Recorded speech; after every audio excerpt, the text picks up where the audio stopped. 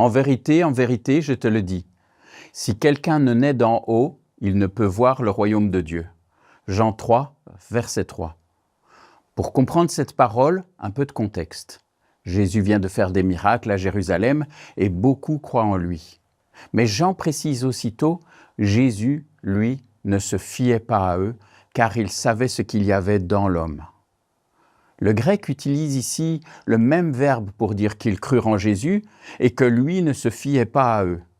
C'est important, le texte ne parle pas de deux réalités différentes, mais du même mot, la foi, appliqué à deux niveaux différents. Les gens croient en Jésus, et Jésus, lui, ne fait pas la même confiance à leur foi. Il sait qu'on peut être sincèrement impressionné sans être pour autant profondément transformé. C'est juste après que Jean nous présente Nicodème, un pharisien important qui vient trouver Jésus de nuit. Oh, il commence bien. « Rabbi, mon maître, nous savons que tu es un maître venu de Dieu, car personne ne peut faire les signes que tu fais si Dieu n'est pas avec lui. » Sa foi repose sur ce qu'il a vu. Qu'en est-il de moi ? Ma foi, moi, repose-t-elle sur ce que Jésus fait pour moi ou sur ce qu'il est ? S'il ne répondait pas à toutes mes attentes, est-ce que je continuerais malgré tout à lui faire confiance ? Nicodème voit un maître admirable. Jésus, lui, voudrait devenir bien plus, un sauveur qui recrée sa vie. Alors il ne répond pas au compliment de Nicodème, mais il répond au besoin le plus important de son cœur. Si quelqu'un ne naît d'en haut, il ne peut voir le royaume de Dieu. Et ce texte ne parle pas seulement de Nicodème. Il me parle, il te parle. Jésus connaît ton cœur, tes joies, tes combats, tes blessures, tes résistances et le besoin le plus profond de ta vie. Si Jésus te répondait aujourd'hui, répondrait-il à la question que tu lui poserais ou à ce besoin plus profond qui est en toi ? Y a-t-il un domaine où tu t'es résigné en te disant « Oh là, je ne changerai jamais, c'est ma nature ». Jérémie pose déjà cette question. Un léopard peut-il changer ses taches ?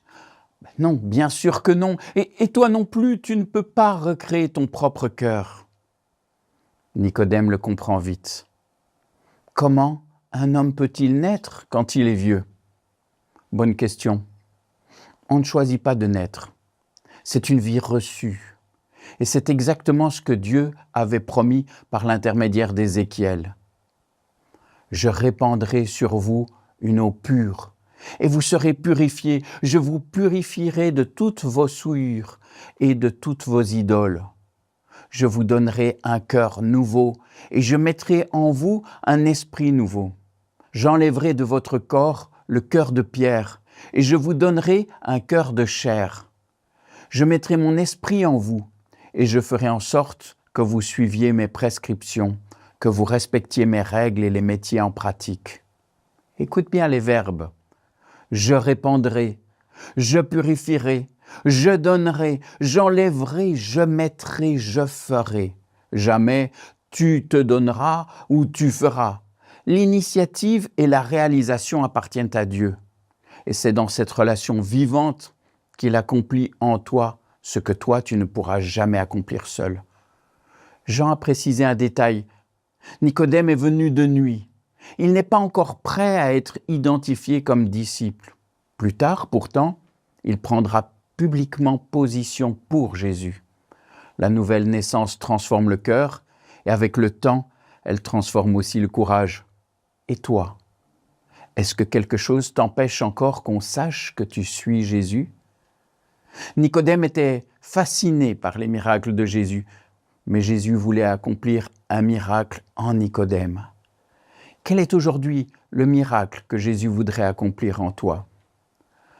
Peut-être connais-tu déjà beaucoup de choses sur Jésus. Peut-être le reconnais-tu comme Nicodème, comme un maître venu de Dieu. Mais aujourd'hui, il t'invite à quelque chose de plus profond. Une relation où il devient chaque jour ton sauveur et ton Seigneur. Alors, ose.